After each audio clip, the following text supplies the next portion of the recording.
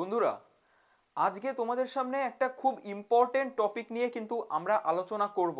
খুব important topic, যেটা হচ্ছে ডাব্লিউবিসিএস পরীক্ষা যারা দেবে ভাবছো বা এখন যারা পরীক্ষা দিচ্ছ তাদের মনে একটা প্রশ্ন কিন্তু সবসময় থাকে।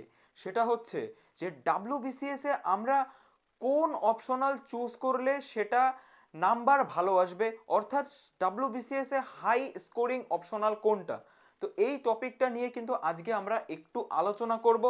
দেখো, মোটামুটিভাবে পপুলার যে স্কোরিং সাবজেক্টগুলো ডাব্লিউবিসিএস এ আমরা দেখতে পাই তার মধ্যে রয়েছে অ্যানথ্রোপোলজি, জিওগ্রাফি, ফিজিওলজি, ঠিক আছে, সাইকোলজি এবং সায়েন্সের বিভিন্ন সাবজেক্ট। তো এই টপিকে একটু পরে আসছি।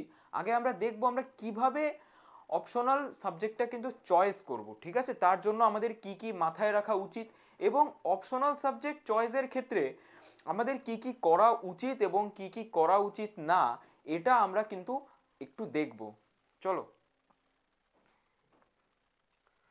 তো দেখো, প্রথমে আমরা যে অপশনাল সাবজেক্টটা নেব না, সেই সাবজেক্টটা নিতে গেলে আমাদের একটা ডিসিশন নিতে হবে। সব সময় মাথায় রাখার চেষ্টা করবে তোমরাই ভবিষ্যতের ডাব্লিউবিসিএস অফিসার। তোমাদের মধ্য থেকেই কিন্তু কেউ না কেউ ডাব্লিউবিসিএস অফিসার হবে। তো তখন তোমাদের কাজটাই কিন্তু হবে ডিসিশন মেকিং, যেটা একটা খুব গুরুত্বপূর্ণ পার্ট। তো তোমার অপশনাল সাবজেক্ট কিন্তু তোমাকেই চয়েস করতে হবে, ঠিক আছে। তো তার জন্য যেটা মাথায় রাখতে হবে সব থেকে বেশি হচ্ছে ইন্টারেস্ট। এই ইন্টারেস্ট কেন? দেখো, তোমাদের ডাব্লিউবিসিএস অফিসার হতে গেলে যেই অপশনাল সাবজেক্টটা তোমরা চয়েস করবে সেটাতে কিন্তু তোমাদের খুব ইন্টারেস্ট থাকতে হবে। সাবজেক্টটাকে তুমি যদি ভালোবাসো, তুমি যেই সাবজেক্টটাকে ভালোবাসো, সেই সাবজেক্টটা তোমার পড়তে ভালো লাগে, সেটাই কিন্তু তোমাকে একটা ভালো মার্কস কিন্তু পরীক্ষায় এনে দিতে পারবে। হ্যাঁ, দেখা গেল তুমি তোমার কোনো বন্ধুর কথা শুনেছো, যে তোমার কোনো বন্ধুকে জিজ্ঞেস করেছো যে তুই অপশনাল কোনটা নিয়েছিস। হ্যাঁ, এরকম করে কিন্তু অপশনাল কখনোই চয়েস করবে না। তোমার যেই সাবজেক্টটায় ইন্টারেস্ট আছে, তুমি যেই সাবজেক্টটা ভালোবাসো, সেই সাবজেক্টটা কিন্তু তোমাকে ডাব্লিউবিসিএস অফিসার হওয়ার পথে অনেকটাই এগিয়ে দেবে। আচ্ছা, তৃতীয় কথা, দেখো টাইম ম্যানেজমেন্ট। ডাব্লিউবিসিএস এর সিলেবাস কিন্তু খুব ভাস্ট, সেটা আমরা প্রত্যেকেই জানি। এবং সেই ভাস্ট সিলেবাস পড়তে গেলে তোমাকে অপশনালের পাশাপাশি কিন্তু অন্যান্য জিএস পেপার, হ্যাঁ, সেখানেও কিন্তু আমাদেরকে টাইম দিতে হয়। তো টাইম ম্যানেজমেন্ট কিন্তু খুবই গুরুত্বপূর্ণ। হ্যাঁ, আর একটা বিষয় হচ্ছে সাইজ অফ সিলেবাস, অর্থাৎ পরীক্ষার যে সিলেবাস, আমরা যে অপশনাল সাবজেক্টটা নেব সেটার সিলেবাস কিন্তু আমাদের আগে ভালো করে দেখতে হবে যে সিলেবাসে কি কি আছে, তার মধ্যে থেকে আমি কতটা পারবো সেটা কিন্তু খুব ইম্পর্টেন্ট। হ্যাঁ, আমরা আমরা ম্যাক্সিমাম টাইমে কি করি, আমরা ম্যাক্সিমাম টাইমে ধরো টপার্সদের ভিডিও দেখি যে টপার্সের অমুক টপার্স, তো টপার্সের অপশনাল সাবজেক্ট কোনটা ছিল, হ্যাঁ, গত 2 বছরে কোন অপশনালে ভালো নাম্বার এসেছে, এই সব নিয়ে আমাদের ইন্টারেস্ট বেশি থাকে। কিন্তু আমাদের আগে চিন্তা করতে হবে কোন সাবজেক্টটা আমরা সব থেকে ভালোবাসি, কোন সাবজেক্টটা সব থেকে ভালোবাসি এবং কোন সাবজেক্টটা আমাদের ভালো লাগে। দেখো, এই যে ডাব্লিউবিসিএস এর প্রিপারেশন কিন্তু একটা বড় সময় ধরে আমরা নিয়ে থাকি। হ্যাঁ, হয়তো কারো 1 বছর, কারো 2 বছর, কারো হয়তো 2 বছরের পরেও পরীক্ষা ক্লিয়ার হচ্ছে না। কিন্তু এই অপশনাল কিন্তু আমাদের খুব মন দিয়ে এবং খুব ভেবে চিন্তে অপশনালটা আমাদেরকে চয়েস করতে হবে। তো এখন আমরা একটু দেখে নেব যে কি কি অপশনাল সাবজেক্ট মোটামুটি পপুলার এবং স্কোরিং অপশনাল সাবজেক্ট ডাব্লিউবিসিএস এ কি কি আছে এবং সেটা কোন সাবজেক্টে আমরা কিরকম মার্ক আনতে পারবো সেটা নিয়ে একটু আলোচনা করি। চলো।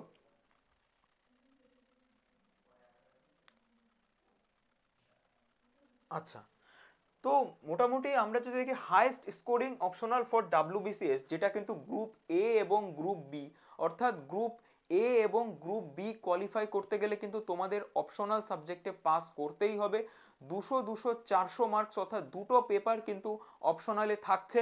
এবার দেখো, সব থেকে অপশনাল চয়েসের ক্ষেত্রে প্রথমে যে জিনিসটা মাথায় রাখবে সেটা হচ্ছে কোন সাবজেক্টে তুমি স্ট্রং। ধরো তুমি তোমার ব্যাকগ্রাউন্ড রয়েছে ম্যাথস নিয়ে অথবা হিস্ট্রি নিয়ে অথবা সায়েন্স নিয়ে, তাহলে কিন্তু তুমি ওই সাবজেক্টটা চিন্তা করতেই পারো। এবার হিস্ট্রি অপশনাল নিলে কি হয়, হিস্ট্রিতে কিন্তু একটা 200 মার্কের যে প্রিলিম থাকে, 200 মার্কের প্রিলিমের মধ্যে কিন্তু প্রায় 50 মার্কস কিন্তু আমাদের থাকছে হিস্ট্রি থেকে, 50 মার্কস হিস্ট্রি থেকে থাকছে। এবং হিস্ট্রি অপশনাল নিলে, হিস্ট্রি অপশনাল কিন্তু তোমাকে তোমার যেমন অপশনালের জন্য যখন তুমি পড়াশোনা করবে, সেই পড়াশোনাটা কিন্তু তোমার প্রিলিম পরীক্ষায় অনেকটাই হেল্প করবে। কিন্তু হিস্ট্রির সিলেবাস একটু ভাস্ট রয়েছে, একটু ভাস্ট সিলেবাস, তো ভেবে চিনতে হিস্ট্রি অপশনাল চয়েস করবে।